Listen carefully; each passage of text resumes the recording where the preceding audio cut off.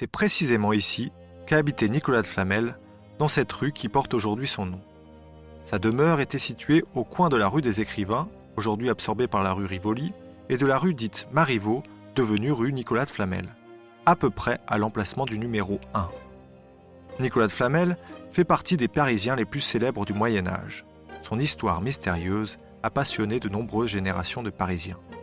Il était né en 1330 à Pontoise et avait été apprenti pendant de longues années chez un maître en lumineur. Il avait ensuite acheté une charge de libraire juré et ouvert son école. Nicolas de Flamel n'était pas un simple libraire en lumineur. Il s'intéressait aux sciences mystérieuses et plus particulièrement à l'alchimie. Un soir, dans sa fabrique de psautiers et livres d'heures située ici, au rez-de-chaussée de son domicile, il vit pénétrer un inconnu de type oriental. Celui-ci proposait de lui vendre un livre très ancien. Nicolas de Flamel reconnut ce livre. Il l'avait vu en rêve quelques nuits auparavant. En parcourant le livre qui s'adressait au peuple d'Israël et annonçait la venue du Messie, il découvrit le passage qui l'intéressait. À partir du 3e feuillet, pour aider ce peuple à payer le tribut aux empereurs romains, l'auteur lui révélait le secret de la transmutation métallique. Pour réussir cette opération, il fallait être en mesure de déchiffrer les figures mystérieuses qui désignaient les différents composants. Nicolas de Flamel entreprit alors des recherches pour découvrir le grand secret. Pendant son pèlerinage de Compostelle, il rencontra un médecin juif, maître Canchès, qui connaissait la signification des figures symbolisant les métaux et les opérations.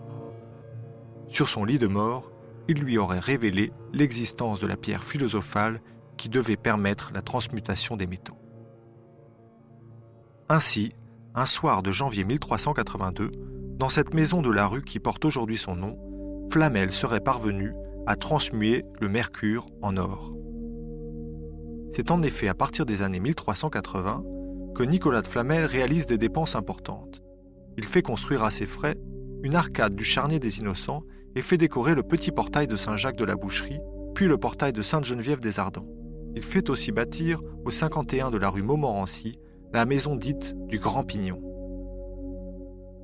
Le bruit s'est alors répandu chez les marchands, groupés autour de l'église Saint-Jacques, que maître Flamel a découvert le secret de la fabrication de l'or grâce à la pierre philosophale. Flamel meurt en 1417 et est enterré dans la chapelle Saint-Clément de l'église Saint-Jacques. Vous pouvez encore admirer une pierre de son tombeau au musée de Cluny. La tradition des alchimistes étant presque entièrement orale, le secret de Flamel meurt avec lui. Néanmoins, parmi les héritiers de ces papiers, on mentionne un certain Dubois, qui aurait fabriqué de la poudre d'or pour Louis XIII. Après la mort de Nicolas de Flamel, nombreux furent ceux qui tentèrent de percer son secret. Sa maison fut fouillée de fond en comble, on perça les murs, creusa les sous-sols, mais la pierre philosophale restait introuvable, et le mystère entier. Il y avait néanmoins une explication. La pierre philosophale avait la particularité de conférer une longévité exceptionnelle à celui qui la possédait. Flamel serait vivant et dissimulerait avec lui la pierre philosophale. En trouvant Nicolas de Flamel, on trouverait la pierre philosophale. Pendant plusieurs siècles, certains adeptes assurèrent que Flamel était vivant et qu'ils l'avaient rencontré, notamment en Inde. Si la légende de l'alchimiste détenteur du secret de la transmutation des métaux en or a eu beaucoup de succès, d'autres éléments ont été avancés pour expliquer l'enrichissement de Nicolas de Flamel. Le XIVe siècle est un siècle durant lequel la persécution des Juifs s'est intensifiée. Depuis la peste noire de 1347, les Juifs sont souvent chassés ou brûlés. Ils sont accusés d'avoir empoisonné les fontaines publiques et leur activité d'usurier entretient la haine et les jalousies. Plusieurs émeutes éclatent contre les Juifs, notamment en 1382. Et en 1394, Charles VI expulse les Juifs du royaume. C'est dans ces années de persécution que beaucoup de ses voisins juifs, fuyant Paris, auraient abandonné en dépôt leur fortune chez Nicolas de Flamel, seul chrétien à leur avoir témoigné son amitié. Remontez maintenant la rue Nicolas de Flamel.